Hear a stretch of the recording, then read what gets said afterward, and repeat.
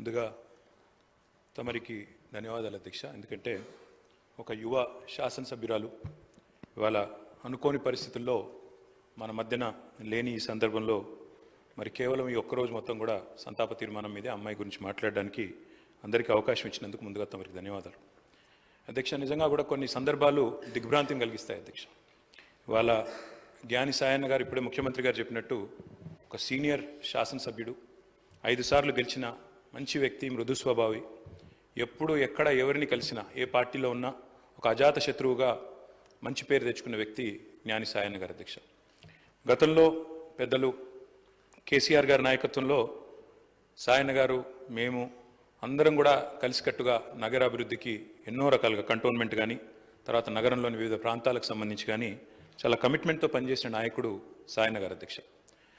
సాయన్న గారు అదేవిధంగా మా గౌరవ ముషీరాబాద్ శాసనసభ్యులు ముఠా గోపాల్ గారు చిరకాల స్నేహితులు అధ్యక్ష.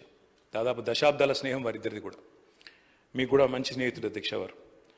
నాకు బాగా గుర్తున్న సందర్భం అధ్యక్ష, 2015వ సంవత్సరం ఆనాడు జిహెచ్ఎంసీ ఎలక్షన్స్ వచ్చినప్పుడు సాయన్న గారు కోరిన ఒకే ఒక్క కోరిక, నేను కవాడిగూడ నుండి లాస్యానందిత గారిని నేను కార్పొరేటర్గా చూడాలనుకుంటా ఉన్నాను, మా మిత్రుడు గోపాల్ గారు కూడా పూర్తిగా మద్దతుగా ఉన్నారని చెప్పి మొదటిసారి ఆ రోజు వచ్చి అడిగితే కేసీఆర్ గారు కాదనకుండా వెంటనే అమ్మాయికి ఒక మంచి భవిష్యత్తున్న నాయకురాలు, మంచి యంగ్ లీడర్గా బాగా చదువుకున్న అమ్మాయి, మంచి అవకాశం ఇవ్వాలన్న ఉద్దేశంతో ఆనాడు కవాడిగూడ నుంచి కార్పొరేటర్గా గెలిపించుకోవడం జరిగింది అధ్యక్ష.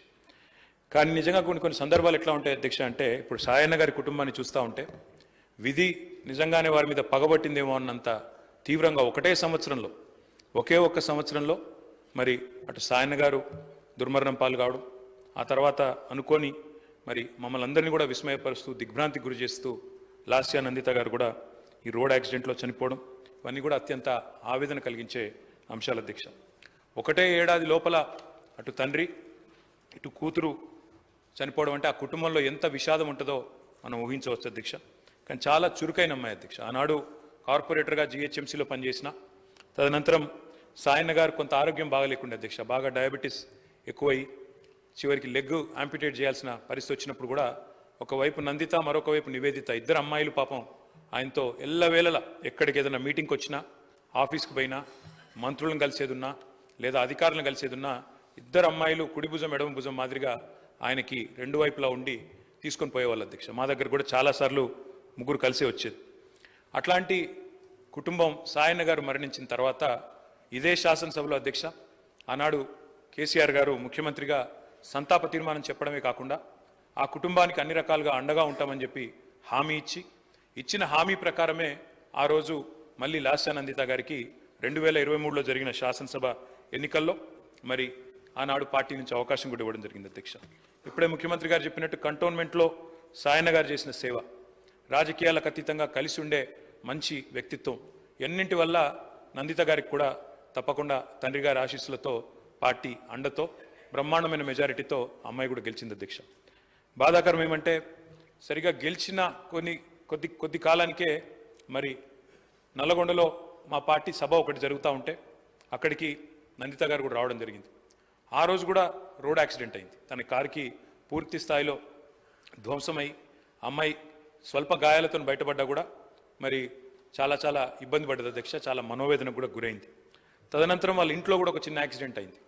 వరుసగా ఏదో పగబట్టినట్టే నల్లగొండలో ప్రమాదం, తర్వాత అక్కడ లిఫ్ట్లో ప్రమాదం, ఆ తర్వాత మళ్ళీ అనుకోకుండా ఈ ఓఆర్ఆర్ మీద జరిగిన రోడ్ యాక్సిడెంట్లో అమ్మాయి మరణించడం జరిగింది అధ్యక్ష. మేము ఆ రోజు పార్టీగా మాట ఇచ్చి సాయన్న గారి కుటుంబం మా కుటుంబమే అని చెప్పి ఆనాడు సాయన్న గారి తర్వాత లాస్యానందిత గారికి పార్టీ అవకాశం ఇచ్చింది అధ్యక్ష. అమ్మాయి గెలిచింది. దురదృష్టవశాత్తు ఏడాది లోపలే అమ్మాయి మరణిస్తే తిరిగి వారి సోదరి నివేదిత గారికి మొన్న జరిగిన ఉప ఎన్నికల్లో కూడా అవకాశం ఇచ్చింది అధ్యక్ష పార్టీ నాయకత్వం, కేసీఆర్ గారు. కానీ దురదృష్టం ఉప ఎన్నికల్లో మొన్న మా పార్టీ ఓటమి పాలు కావడం జరిగింది అధ్యక్ష. నిజంగా కల్లో కూడా అనుకోలేదు. చురుకైన ఒక నాయకురాలు, మంచి వ్యక్తిత్వం, మంచి విద్యార్హతలు కలిగిన ఒక మహిళ ఈ శాసనసభలో అడుగుపెట్టిందని చెప్పి సంతోషపడ్డాం. భవిష్యత్తు ఉజ్వలంగా ఉంటుంది అమ్మాయికి అని చెప్పి ఆశించినాం. కానీ ఇదే సభలో ఆమె అడుగుపెట్టిన కొద్ది కాలానికే సంతాప తీర్మానం మీద మాట్లాడాల్సి వస్తుందనే ఆవేదన మాత్రం మా సభ్యులందరికీ ఉంది అధ్యక్ష. వారందరి మనోవేదన, ముఖ్యంగా మా గోపాలన్న గురించి అయితే ఆయన ఎంత బాధపడ్డారో నేను కళ్ళారా చూసిన అధ్యక్ష. అందుకే ఇలాంటి క్లిష్ట పరిస్థితుల్లో సాయన్న గారి మరణం తర్వాత మేమందరం కూడా ఆ కుటుంబానికి అండగా నిలబడాలని పార్టీగా నిర్ణయం తీసుకున్నాం. తర్వాత నందిత గారు, తర్వాత ఇప్పుడు నివేదిత గారు, వారి కుటుంబానికి ఈ రోజు అయితే కాదు అధ్యక్ష, భవిష్యత్తులో కూడా సంపూర్ణంగా అండగా ఉంటాం. ఈ సంతాప తీర్మానాన్ని పూర్తిగా బలపరుస్తూ ఆ కుటుంబానికి మనోధైర్యం భగవంతుడు ప్రసాదించాలని, లాస్యా నందిత గారి ఆత్మకు శాంతి చేకూరాలని ప్రార్థిస్తా ఉన్నాం అధ్యక్ష. మినిస్టర్